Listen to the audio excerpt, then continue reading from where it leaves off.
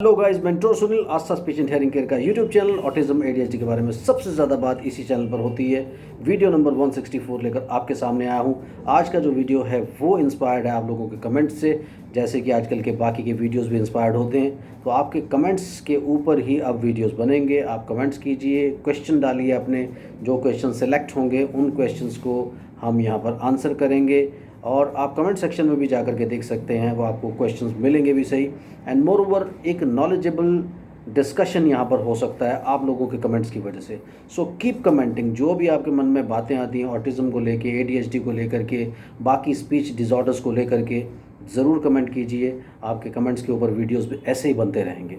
तो दोस्तों जल्दी से चैनल को सब्सक्राइब कीजिए, लाइक कीजिए, शेयर कीजिए, दोस्तों में फैला दीजिए। मुझसे कंसल्ट करने के लिए 8168790299 ये मेरा मोबाइल नंबर है। इंडिया के बाहर से कॉल करते हैं +91 इंडिया का ISD कोड लगाना बिल्कुल ना भूलें। Indian consultation 500। इंडिया के बाहर से अगर आप कॉल कर रहे हैं तो 1000 रुपीज़ आपको अकाउंट ट्रांसफ़र देना पड़ता है। आजकल मई के मंथ में, कोविड के मंथ में ये सब चीज़ें चल रही हैं। तो दोस्तों पहला कमेंट जिसको मैं आंसर करने वाला हूँ वो है लता का कमेंट, जिसने ये कमेंट किया है कि क्या विजुअल्स दिखाने से बच्चे को कुछ हेल्प मिलती है। जैसे आप अपने बच्चे को बाहर ले जाना चाहते हैं, फॉर एग्जांपल आप किसी मॉल में ले जाना चाहते हैं, या फिर किसी मेले में या ट्रेड फेयर में ले जाना चाहते हैं, या फिर स्कूल में या नर्सरी में ले जाना चाहते हैं, तो क्या उसके पहले वो विजुअल्स दिखाने से कि वहाँ पर क्या चीज़ें होती हैं बच्चे को कोई हेल्प मिलती है। माय डियर लता, और आप सब लोग भी ध्यान से सुनिए कि बच्चे को विजुअल्स दिखाने का फ़ायदा होता है बाद की स्टेजेस में। यानी सबसे पहले आपने बच्चे का अटेंशन, फोकस, सब चीज़ें डेवलप कर ली हैं और तब आप विजुअल्स दिखा रहे हैं, इट मेक्स सेंस। अगर आपके बच्चे की कोई अटेंशन ही नहीं है, फोकस ही नहीं है, वो देख ही नहीं रहा है, और उसको आप सोचें कि विजुअल दिखा करके मैं मेले में ले जाऊँ या मॉल में ले जाऊँ या स्कूल में ले जाऊँ या हॉस्पिटल में ले जाऊँ, तो उसका कुछ हेल्प होने वाला है। तो ऐसे कुछ भी हेल्प नहीं होने वाला। पहले फोकस, अटेंशन और आई कांटेक्ट सब चीज़ें डेवलप होना चाहिए, वो आपकी कमांड्स में आना चाहिए। एक नॉर्मल बच्चे को अगर आप विजुअल्स दिखा करके लेके जाते हैं, that really helps, but it does not help.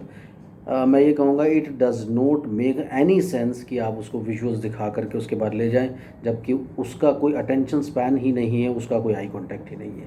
दूसरा क्वेश्चन लता का क्या है कि वो कहते हैं कि जो ऑटिस्टिक या ADHD बच्चे, उनको कोई इंजरीज़ होती है, इंजरीज़ के ऊपर आपने देखा होगा पहले ब्लड निकलता है, 2 3 4 दिन के बाद उसके ऊपर एक पपड़ी सी आती है, या एक लेयर आ जाता है, या एक स्किन का, हार्ड स्किन का लेयर आता है। तो ये बच्चे कई बार उसको पील ऑफ कर देते हैं। अब पील ऑफ आप क्यों करते हो? यही बच्चे नहीं करते, नॉर्मल बच्चे भी करते हैं, क्योंकि उनको खुजली होती है। तीसरे या चौथे दिन उसमें ख़ारिश होना शुरू होती है। जब वो स्किन हील करना शुरू करती है, उसके ऊपर एक लेयर आ जाती है। उस लेयर को कोई बड़े भी हैं ना, हम लोग भी हैं, वो भी हम देखेंगे कहीं ना कहीं हम भी वहाँ हाथ रहता है, इरिटेशन सी होती रहती है, उसको पील करने की कोशिश करते हैं। तो ऐसा बिल्कुल नहीं है कोई सेंसरी इश्यूज़ है, या इन बच्चों को दर्द का एहसास ही नहीं होता है।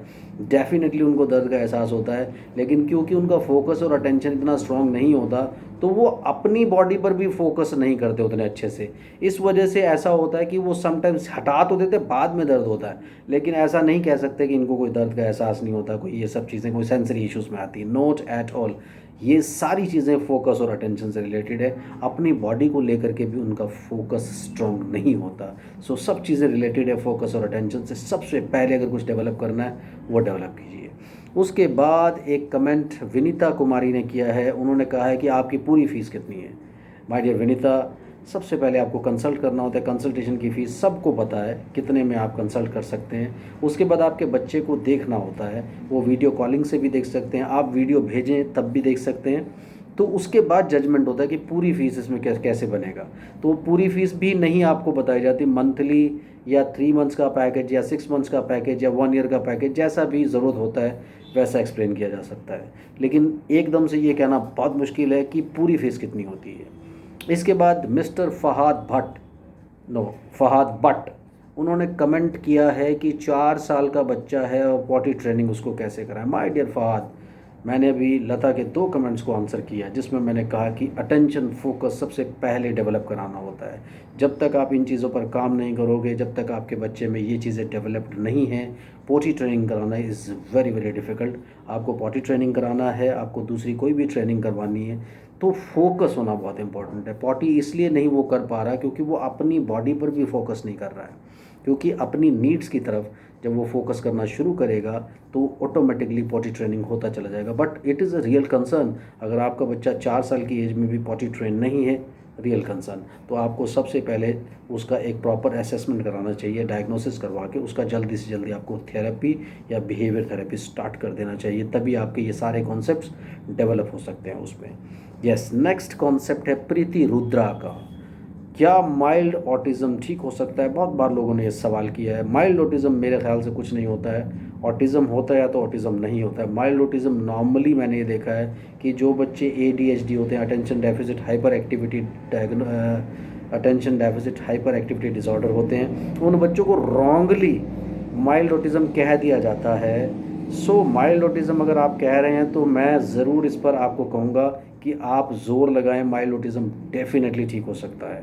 सो जो केसेस सीवियर ऑटिज़म के होते हैं, उन केसेस के अंदर क्या प्रॉब्लम होता है कि उनका बिल्कुल कोई अटेंशन, कोई फोकस कुछ भी नहीं होता, तो वो किसी भी चीज़ पर नहीं करते। उन्हें आप देखोगे तो आपके सामने वो ऐसा बिहेव करेंगे जैसे वो वहाँ पर हैं ही नहीं, वो घूमते रहेंगे, इधर होंगे उधर होंगे, वो ध्यान नहीं देंगे, आप रोएंगे चिल्लाएंगे, उनको बुलाने की कोशिश करेंगे, बिल्कुल ध्यान नहीं देंगे, टीवी की, मोबाइल की, किसी भी चीज़ की आवाज़ आएगी, उन्हें कोई मतलब नहीं है।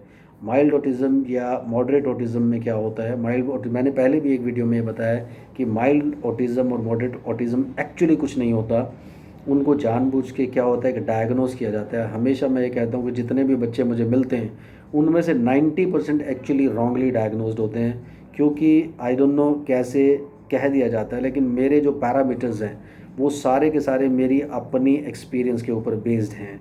डायग्नोसिस के पैरामीटर्स हैं चाहे वो ट्रीटमेंट के पैरामीटर्स हैं, क्योंकि लोग अब बहुत सारे टेस्ट एडमिनिस्टर करते हैं, उसके बाद वो डायग्नोसिस देते हैं, लेकिन 90% जो मेरा मानना है वो डिपेंड करता है बच्चे की लुक्स पे, बच्चे के एक्सप्रेशंस पे, तो उसी से ही डायग्नोसिस होना चाहिए।